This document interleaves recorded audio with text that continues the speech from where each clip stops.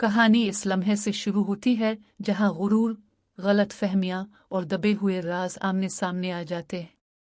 इसकी आवाज़ में सख्ती थी, लहजा तल्ख और आंखों में गुस्सा साफ झलक रहा था। इसने साफ लफ्जों में कह दिया, मुझे लेक्चर देने की ज़रूरत नहीं, तुम्हें जो कहना है सीधा कहो। आखिर चाहते किया हो। कमरे में एक अजीब सा सन्नाटा छा गया।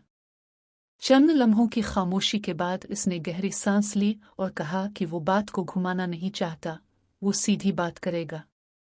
अगर कहीं कोई गलत फहमी हुई है, अगर ईसा उसके आदमियों का पिया के वालिद के गैराज के मामले से कोई भी ताल्लुक है, तो अभी भी वक्त है कि सब कुछ ठीक किया जा सके। इसका मानना था कि उन्हें फौरन वहां जाना चाहिए, पिया के वालिद से माफ़ी मांगनी चाहिए, क्योंकि इसे पूरा यकीन था कि वो एक बड़े दिल के इंसान हैं और माफ़ कर देंगे। लेकिन ये बात सुनकर सामने वाले चेहरे पर तंजिया मुस्कुराहट फैल गई। इसने तीखे अंदाज में कहा, क्या तुम देख रहे हो? देखो, तुम्हारा लाडला बेटा अब क्या चाहता है। इसके अल्फाज जहर में बुझे हुए थे। उसने दूसरे शख्स की तरफ देखते हुए कहा कि उसे अपने तरीके से समझाओ, क्योंकि वो ये सब बर्दाश्त करने वाला नहीं।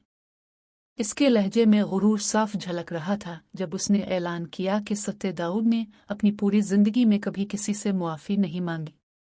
इसने अपने बेटे को मुखातिब करके कहा कि वो इससे वही मांगे जो वो वाकई कर सकता है, क्योंकि इज्जत और अनाज के लिए सबसे बढ़कर हैं। ये अल्फाज सुनकर फिजा मजीद बोझल हो गई, जैसे कोई अनदेखे तूफान का इंतजार हो। वक्त गुजरता है और मंजर बदल जाता है। रात का वक्त है, आसमान पर तारे चमक रहे हैं और शहर की खामोशी छतों पर खड़े लोगों के दिलों में उतर रही है। सुनवाल की आवाज़ सुनाई देती है। वो बेचैनी से पूछता है, पिया, कहाँ हो तुम? मैं अपनी छत पर हूँ। इसकी आवाज़ में फिक्र भी थी और एक अनजानी सी उम्मीद भी। दूसरी तरफ पिया भी अपनी छत पर खड़ी है। वो कहती है कि वो भी वही है।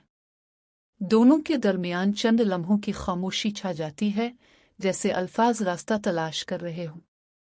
पिया आहिस्ता से कहती है कि सुनवाल, वो कौन होती है जो उसे कोई हुक्म दे?